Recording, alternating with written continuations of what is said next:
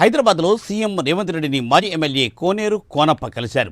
PCC chief Mahesh Kumar Goud ఇతర నేతలతో కలిసి ముఖ్యమంత్రి రేవంత్ రెడ్డితో కోనప్ప భేటీ అయ్యారు. ఆయన పార్టీ మారుతారని ప్రచారం జరుగుతున్న నేపథ్యంలో వీరి భేటీ ప్రాధాన్యతను సంతరించుకుంది. గ్రాడ్యుయేట్ ఎమ్మెల్సీ ఎన్నికల్లో బీఎస్పీ అభ్యర్థి ప్రసన్న కుమార్ కోనేరు కోనప్పకు మద్దతు తెలిపారు. ఈ క్రమంలోనే ఈ భేటీకి ప్రాధాన్యత ఏర్పడింది.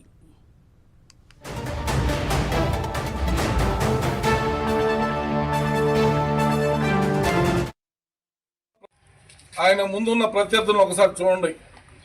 వారి సేవాగుణం ఏంటి, హరికృష్ణ గారి సేవాగుణం ఏంటి ఒకసారి మనం విచారం చేసుకోవాలి. విద్యార్థుల్ని చదివించాలని అంకుత దీక్షతో పనిచేసే వ్యక్తి, నిరుద్యోగ యువకులకి చేయూతనిచ్చే వ్యక్తి, కోచింగ్ సెంటర్లు పెట్టి నిరుద్యోగ యువకులకి ఉద్యోగాలు వచ్చేలాగా కృషి చేసిన వ్యక్తి.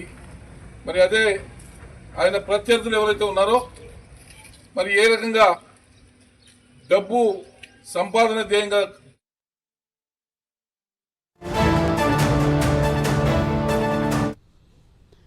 మాజీ మంత్రి కోనేరు కోనప్ప ముఖ్యమంత్రి రేవంత్ రెడ్డిని కలుసుకున్నారు.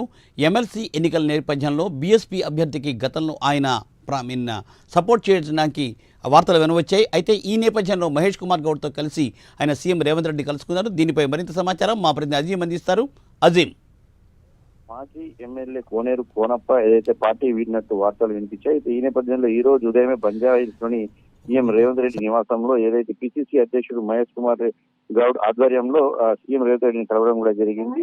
అయితే మా కోనేరు కోనప్ప పార్టీ వీడారు అని చెప్పి జరిగిన వర్షంలో వాస్తవం లేదని చెప్పి అయితే కోనేరు కోనప్ప కాస్త అసంతృప్తిగా ఉన్నమాట మాత్రం వాస్తవం. ఎందుకంటే తిరుపూర్ కాగజ్ నగర్ లో అటు ఇప్పటికే కాంగ్రెస్ పార్టీ నుంచి బరిలో దిగినటువంటి ఎమ్మెల్యే ఎవరైతే ఉన్నారో ఇన్ఛార్జ్ గా కొనసాగుతున్నారు. ఇటు కోనేరు కోనప్ప కూడా ఇటు కాంగ్రెస్ పార్టీలో జాయిన్ అయ్యారు బీఆర్ఎస్ నుంచి. సో ఈ నేపథ్యంలో తనకే ఇన్ఛార్జ్ పదవి కూడా ఇవ్వాలని చెప్పి కూడా ఈ రోజు ఉదయం సీఎం రేవంత్ రెడ్డిని కూడా కలిసి అడిగినట్టు తెలిసింది. అలాగే తాను బీజేపీ ఎమ్మెల్యేగా ఉన్నప్పుడు మంజూరు చేసిన నిధులకు పనులకు కూడా నిధులు కేటాయించాలని చెప్పి కూడా కోనేరు కోనప్ప కోరినట్టు జరిగింది. ఎందుకంటే ఇటీవల కాలంలో ఒక ఫ్లైఓవర్ సంబంధించిన అంశంపై ఏదో తాను ఎమ్మెల్యేగా ఉన్నప్పుడు చేసిన ఫ్లైఓవర్ ని ఈ మధ్య ప్రభుత్వం ఏదైతే దానికి సంబంధించినటువంటి ఏదైతే ఆర్డర్స్ క్యాన్సిల్ చేసినట్టు తెలిసింది. సో ఈ నేపథ్యంలో కోనేరు కోనప్ప కాస్త అలకపోలినట్టు కూడా తెలిసింది. సో ఇదే నేపథ్యంలో మనం చూసినట్లయితే ఈ గ్రాడ్యుయేట్ ఎమ్మెల్సీ ఎన్నికల విషయానికి వచ్చినట్టయితే ప్రసన్న హరికృష్ణ ప్రసాద్ అని బీఎస్పీ నుంచి పోటీ చేసిన అభ్యర్థికి కోనేరు కోనప్ప ఏదైతే ప్రచారం చేసినట్టు తెలుసు. సో ఈ నేపథ్యంలో కోనేరు కోనప్ప కాంగ్రెస్ పార్టీపై అలక ఉన్నారు, పార్టీ వీడుతున్నారనే వార్తలు వినిపించాయి. సో ఈ నేపథ్యంలో ఈ రోజు ఉదయమే రేవంత్ రెడ్డి నివాసంలో మహేష్ కుమార్ గౌడ్ అలాగే మాజీ మంత్రులు సుదర్శన్ రెడ్డి, ఇంద్రకరణ్ రెడ్డి, సీఎం సలహాదారు వేమనరేందర్ రెడ్డి అందరితో కూడా కోనేరు కోనప్ప